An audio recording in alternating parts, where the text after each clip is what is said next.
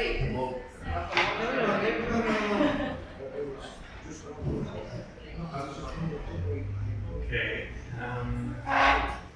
So good evening. Hello. First, I will give a little bit of like a talk, and then I will show you a short, well, like a film or video. So I just want to say first that when we somehow got involved into all of this, and I knew that there is like the essence of, in a way, of this project, and today, in a way, revolves so much around the building in the complex, the children's former children's resort in Croatia, that I thought that, well, what is there that I could bring into this discussion that offers some kind of a viewpoint into a building that is, well, firstly, a kind of a well-known facility of care, where there is like we know a lot about it, its kind of design and sort of histories. And then, what if that building is also very well known, and what if it's sort of world famous, and does that have an impact on how we perceive it? So that's why I want to show you something about Bimeo, as a sort of a commentary how things might not be exactly how you perceive them. And next, please. Okay, so you know, like how Bimeo is often talked about in this way, that it's about architecture, like kind of as a human, there's a profound sense of human empathy, or how it has humanized the hospital design, or is it a humanistic approach to modernism, or how it still is a landmark or benchmark for modern hospital design. So this is the way that we kind of understand Bimeo, because this is the headlines of architectural review and the likes. Next. And then if you look for Bimeo Sanatorium imagery, this is sort of the images. There's very few images that are not by photographers, that are sort of not published or not somehow relevant or part of a collection. And you see it's about the chair, and it's about the yellow staircase, and it's about the kind of the good sides of the building. Next.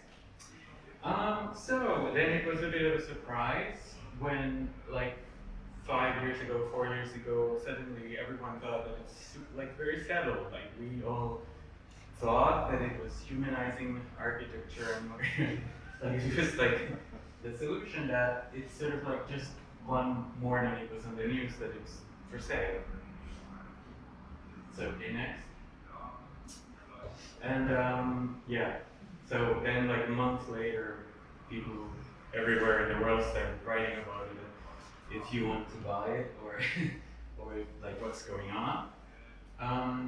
Okay, so then like in Finland there was a movement, lots of architects, lots of international observers kind of like started to think like, hey, can it be real? That what will happen? Wasn't it like somehow protected? Like, didn't it just receive some huge grant from the Getty Foundation to preserve it? Which was true. Well, next.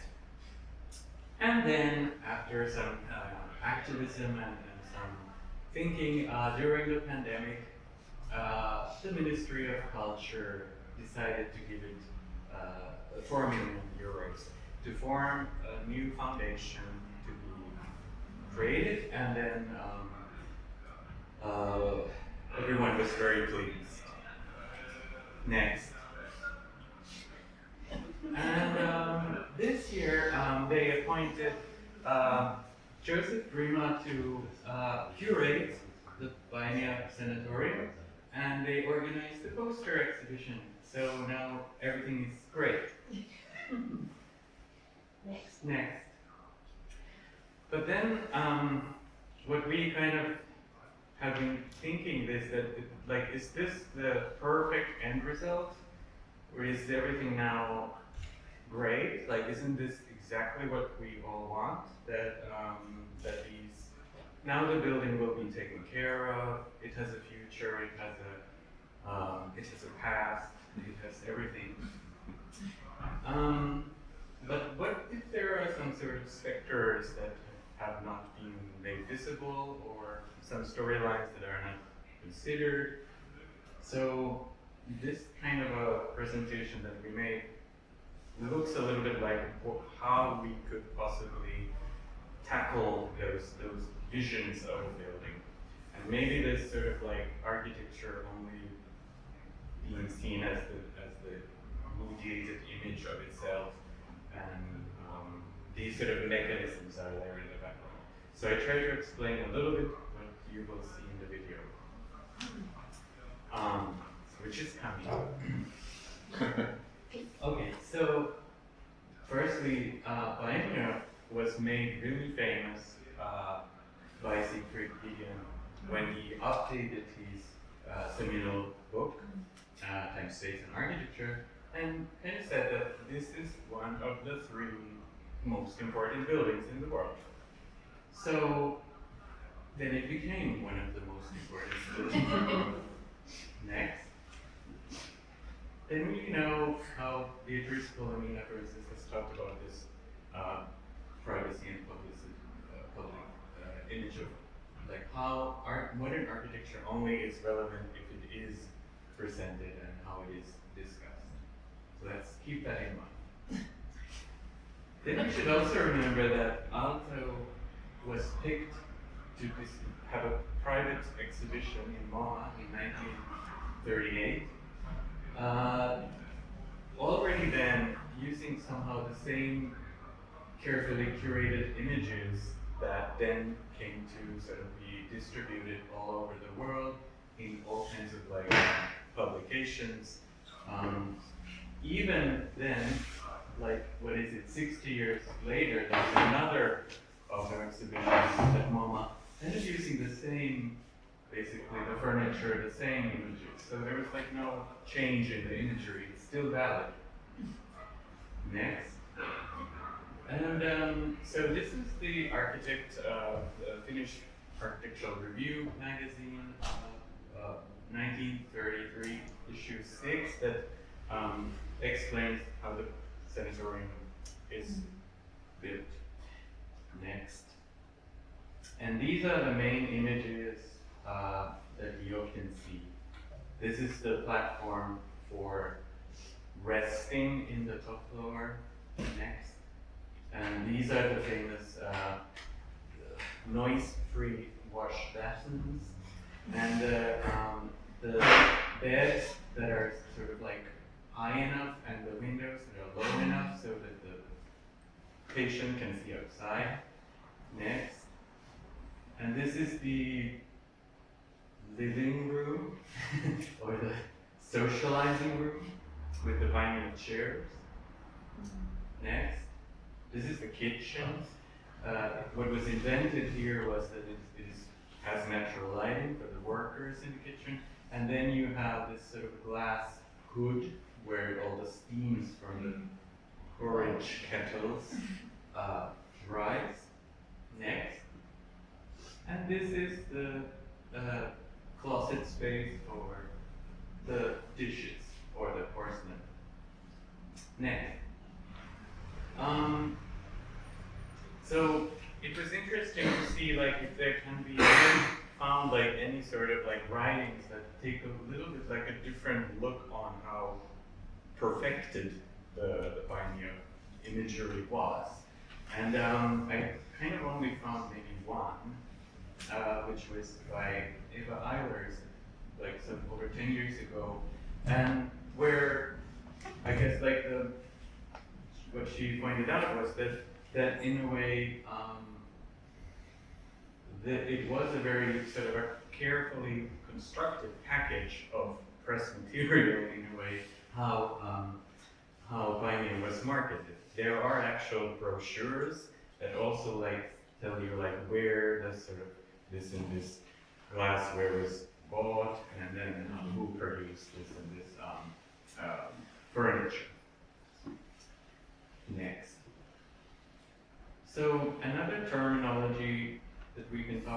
today is image explosion. It's a term coined by David Josselin, where we kind of go back to what is original, what is authentic, what is the actual work, and what is the image. Next. So, just to say that we do live, as Walter Benjamin said, in the age of reproduction, but the image is maybe digital. Next. Then something about philosophy. Jean-Luc Nancy has talked about world forming. So when we have all these images that make up our world, when we kind of curate them to be similar to each other, instead of having too much world, we end up having less world in the world. Next. But then, at the same time, there is too much world in the world, because all of the images that we see, or that there's only images that we see, kind of like overtake our reality. And I think like when sort of like circling and looking into these sort of mechanisms that how and what is what, are we looking into buildings being preserved because of their publicity? Are we preserving them for the future or because of their past? Are we looking for the perfect image, or is something that has a poor image or doesn't work? Is it worth preserving? Or is it that something is available for preservation or just preserved because it's popular and works well? So then, what are the mechanisms of how popularity or availability or success is measured? Well, then we kind of go into the content of things. And images are the content we consume. We consume them in the different digital platforms. So maybe like instead of history, we will have TikTok. Maybe Pinterest, it has already become more important than design itself. And who cares about theory when we have true crime podcasts? Next. So all I'm saying is that there are items in the world, there is content in the world that already exists, and there are mechanisms and tools that we use to work them with. When we started collecting certain materials related to biome, we wanted to see what can come out of them. We found a lot of archival material, and we thought that this is interesting because no one has ever used it or seen this, not in the context of architectural preservation or architectural talk. So we thought if there's a way to generate drama or some kind of like a shareable social media-like moments of these materials. And maybe it's a little bit petty too. The video you will see next has 5 acts, and I'm just naming them and explaining a little bit. There will be an act 1. It has fictional conversation, a telephone call. It features archival photography and presentation clip art libraries. So here the idea is that when we usually understand biome as a kind of like a perfectly exhibitable item, so in this case we sort of like try to subvert a little bit that conversation where exhibiting biome might happen. It's also about focusing on the sort of like perfection of care that the biome presented. It has been said that it that were introduced to Taylorism, for instance, as this sort of scientific management culture, and therefore that's why Pioneer was presented as this pristine device for care. In Act 2, we talk about the grounds of Pioneer, the sort of surroundings. And this is the materials we see here are archival photography and some automated presentational settings. Here we see historical documentation and technical documentation of Pioneer, sort of like fused together with the Pioneer imagery. Next. In this Act 3, we talk about the housings around Pioneer. The housing, the kind of places where the staff lived and the doctors resided. And we're using fictional diary entries and a little bit of querying as well. Here we use artificial intelligence to generate some of these dialogues and diary narrations. In Act 4, it is a collage of images. It has 3D objects from these sort of like different object libraries mixed together with mundane objects to sort of like mimic the curated view that we often associate with social media imagery or the sort of Pinterest of the world. Next. And lastly, in Act 5, we hear stories from the Rose Cellar, which is the morgue of Pioneer Sanatorium. Pioneer Sanatorium has often been researched only through its architecture and only through its design. Only last, 2 years ago now, there was the first really like a folkloristic interview of the patient memories and the actual human relations that happened in the hospital. And one of them, obviously, is related to the high mortality rates of tuberculosis and the sort of like removed experience of this pristine care system compared to the actual experiences of death. So we hear voice-to-text generated, translated versions of these. It will be very short, it's 10 minutes, but let's go. I think that was the last one.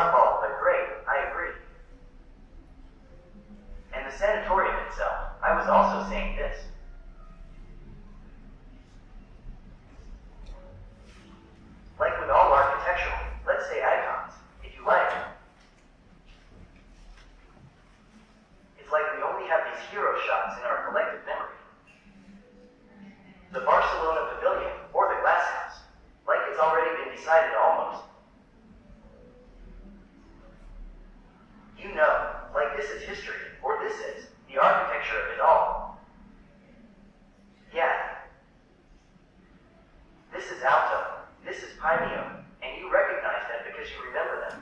But here, you are like, what the heck? There is this reality of human activity in nature. And modernism, you see it here as some kind of ruins in the woods. Literally, which is exactly what I said. Yes, I'm so happy you agree. Because this is really the reason we want to push this fully forward. To really throw you off a bit, like, you're seeing these vaguely familiar things, but not following the usual narrative. And these stories in the fiction kind of become the vehicle, taking you away. Yeah, that's true. I mean, the photos themselves are just great. Like there's almost no intention, but still some kind of eye for frame. Okay. I have to go now as well. But it was great to make this connection now. We'll meet tomorrow anyway.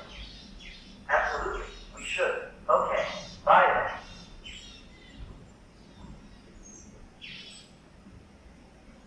And I remember. It must have been the last trip I went there. I remember when still at home, I told you, no, I don't want to go anymore. That for me it's too much, somehow mentally. So on the way there I was hoping all the time that the bus would drive into the ditch.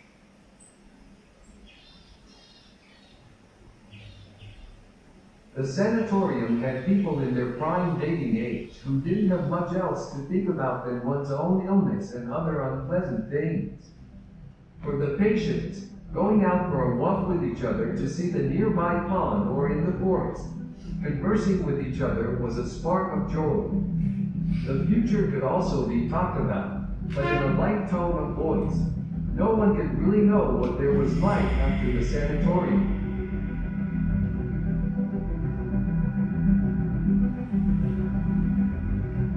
April 22nd. Today, as Dr. A and I talked about our apartments and our lives at the sanatorium, I couldn't help but feel a sense of sadness wash over me. These pure white houses, they are nice and all, but it can be quite lonely at times. They remind me of the perfect monotony of our lives. The days seem to blend together, with each one feeling like a repeat of the last. And while work is important and rewarding, it feels like we are not making much progress. The walk in the woods with Dr. A was a welcome distraction from my thoughts and feelings. But even then, I couldn't shake off the sadness that seems to complete my day. I know I shouldn't be feeling this way. I have a good job, a modern apartment, and the opportunity to make a difference in people's lives. But sometimes, it's hard to ignore what lurks beneath the surface. Perhaps tomorrow will be a better day. For now, I'll try to focus on the positive and remind myself of the importance of our work. Oh, another thing, about that walk, and other interactions we have had at work since.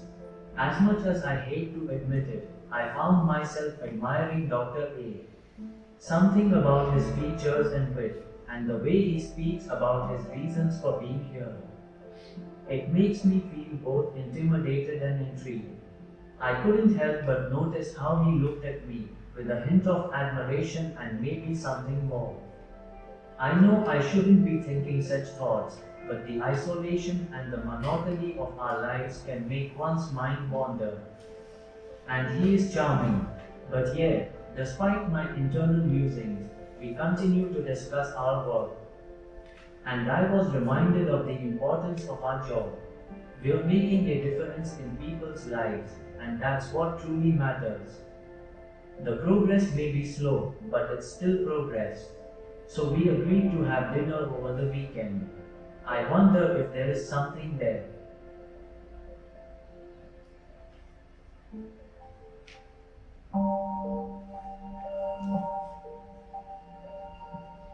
Look, when a person goes to prison, hospital, sanatorium, military service, to a municipal home, or to any public institution, and they realize that they've kind of entered an alternate society, separated from its environment.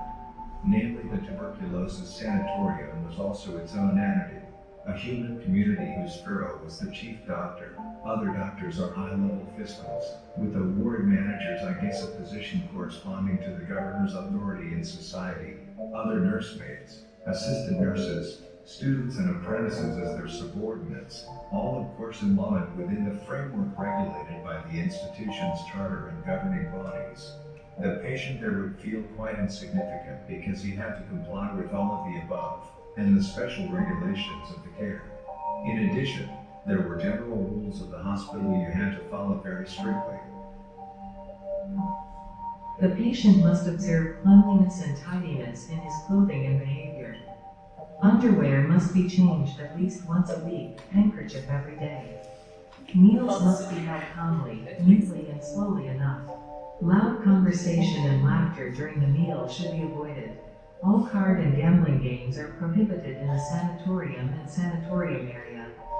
Gramophone and accordion, etc., can be played with special permission and with the consent of the roommates weekdays from 3 p.m. to 3:30 p.m., and on holidays from 3 p.m. to 4 p.m.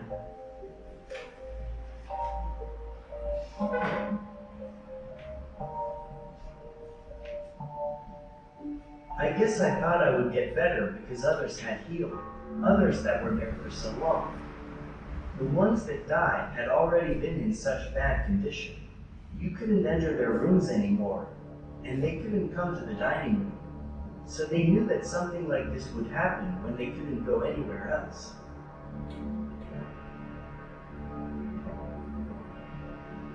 The interviewee did not seem to have been in any way shocked by the knowledge that the previous patient had died in their bed. Apparently, the fact that a new patient was told right away something like this was part of the culture and sanatorium patients' macabre attitudes towards death. Then there was the rose cellar. There was always someone there. And once we went to take a bath, that's where the door went, right there. At the foot of the chimney, there was a door, and sure enough, out came the caretaker and his assistant. They carried stretchers. They were assorted with some yellow and like the old-fashioned things in American movies. Like wagons, those wagons of the settlers. The thing was covered, the one who was dead, the deceased.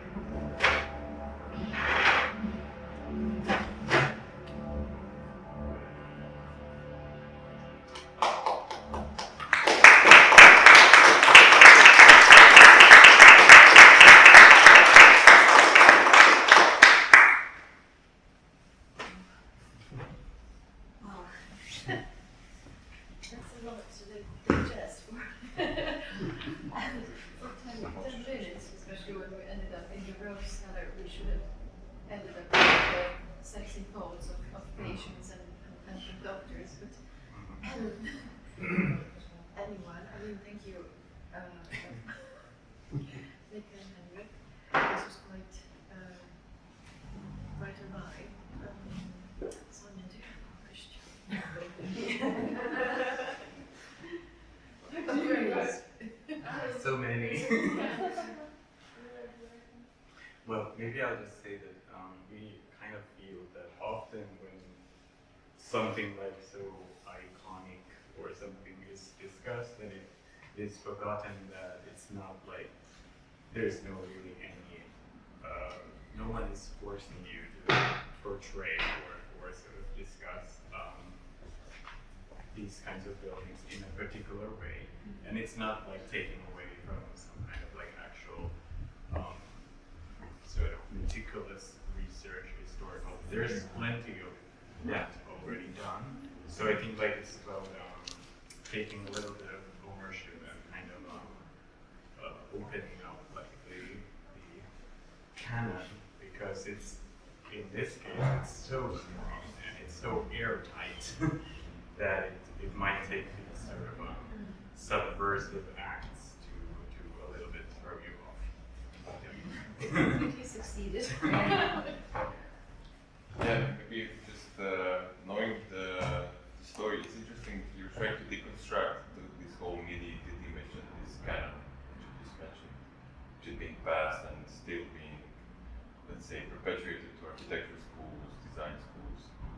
same time this Croatia project is on the other side trying to get into this kind of, so for one side you're deconstructing and this story is trying to somehow dig into the archive, but watching the collective narrative also behind it. So I think it's interesting, this opposition. Yeah, it's kind of like sharing building blocks.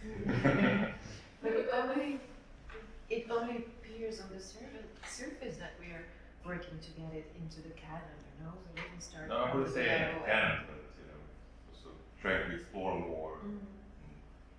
So we are maybe more up to date, you know, already doing the querying. The canon.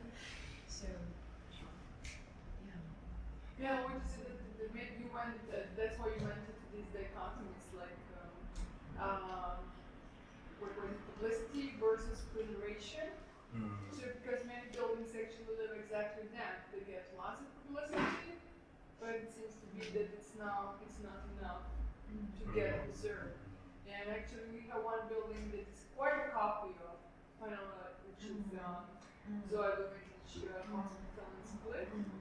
Yeah, which still serves as a hospital, but there was like a private enterprise line that could be also kind of an institution on it as a hotel. And so that's also possible, like kind of destroying the whole metaphysics of you know, the whole philosophy that is behind this. And the third thing that I was thinking about is that these were institutions for healing. They were made for it, you know, and they were really meant for it. The whole philosophy of healing is there. It was not a place where people would be sent to die. We had that hospitals. Foucault writes about that. So we had that institutions too, but this is not the one.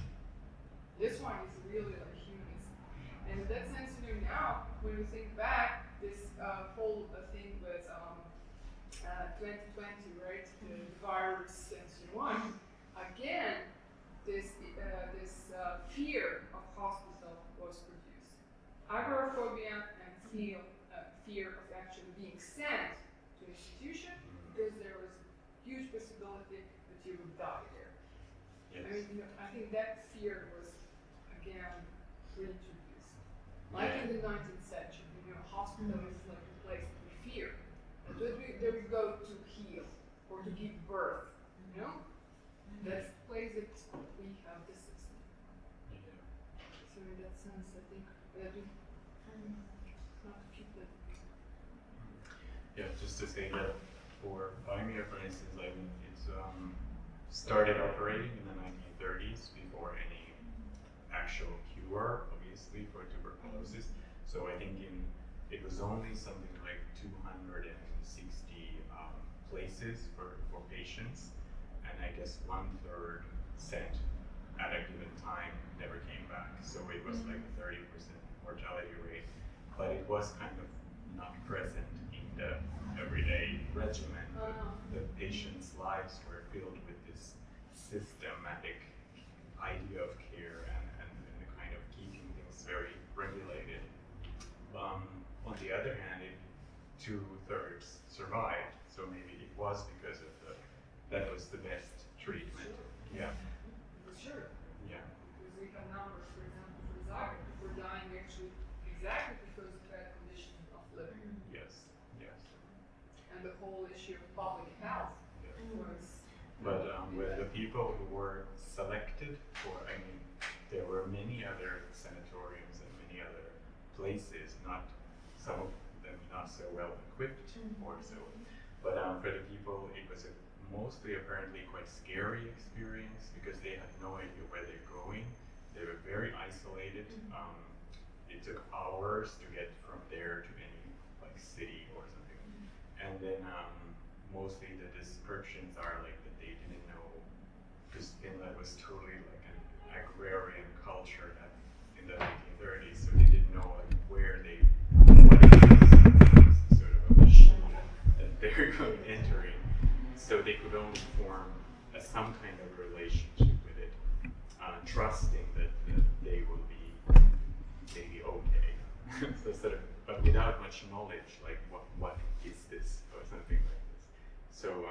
very few people apparently remember it as a kind of a like a therapeutic experience, but more like some kind of a experiment that they were taking part of. But I think it was also experiment for people who work there. Mm-hmm. It was also experiment for, so it was social experiment par excellence. Yes, yes. But I think it's still a social experiment. When we started to work on Zoya, it was exactly that what Maya was thinking about, to recreate, and actually to upgrade that story of the spaces where we could actually heal. Mm-hmm. Because we lost that kind of almost the social right on it. It has been taken from us. So in that sense, kind of to reclaim it. And this is like, okay, the social experiment, it wasn't always kind of good, because nobody knew. I think doctors didn't know either where they were going. So it was for everybody, it was kind of what we were doing. Cutting edge. Kind Yeah. of. Science fiction at the moment. Yeah. Thank you. Any more comments? Questions? I just have